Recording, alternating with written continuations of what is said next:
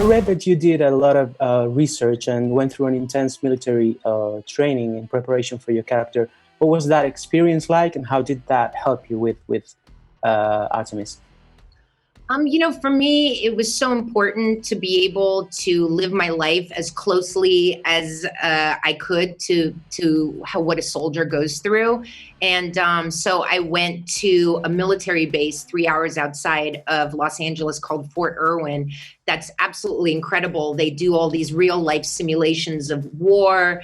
They have, obviously the weapons shoot blanks, but they have real weapons. They have actors playing wounded people, and you have to be able to follow protocol and drag somebody who's wounded into the tank, or protect them while others are shooting. I mean, it's really incredible.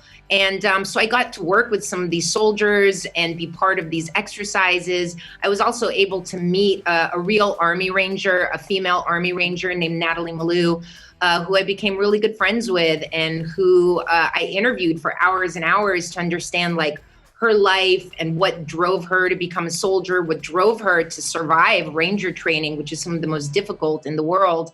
And it was just such a big inspiration for me. I took it really seriously and was training every single day, waking up at 4 o'clock in the morning, just trying to kind of live this very disciplined lifestyle. And I have to say, it changed me so much in so many positive ways. I feel like I'd never been stronger emotionally and mentally and physically than I was during the shooting and preparation for this film.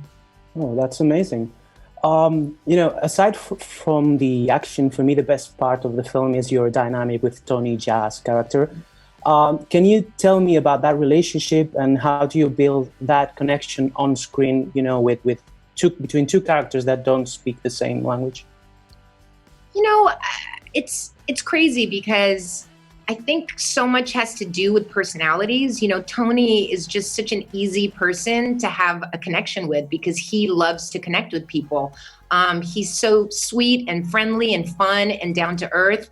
We really just vibed so well together. It was very natural for us to create this chemistry because we had it, on set together.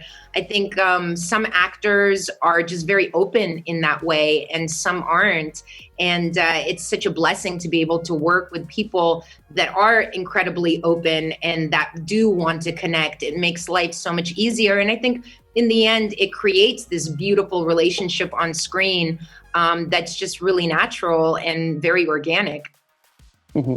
And, what was more harder in terms of action and stunts and, physical stuff, Monster Hunter or the Resident Evil franchise? I think it's different. I think on Monster Hunter, it was more, it became just such a part of my life, where in Resident Evil, it was my work in the sense that, by the time I had done Resident Evil, I would train with the stunt coordinators, we would rehearse the choreography. So definitely I did a lot of training, but it was for the movie. Where in Monster Hunter, I really tried to live like a soldier, even in my personal life. My training started 6-7 months before we started production. I went to this military base to prepare.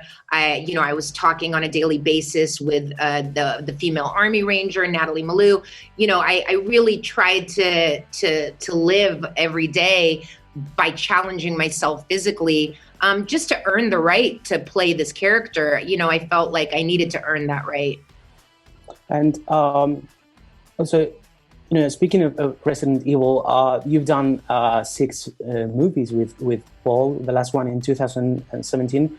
What do you think, how do you feel about the franchise getting, rebooted by Netflix with a new show? Listen, Resident Evil is such an amazing world and such an amazing universe. I'm not surprised that they're rebooting it. I mean, I think the fans love the world, and, hopefully they make a great show.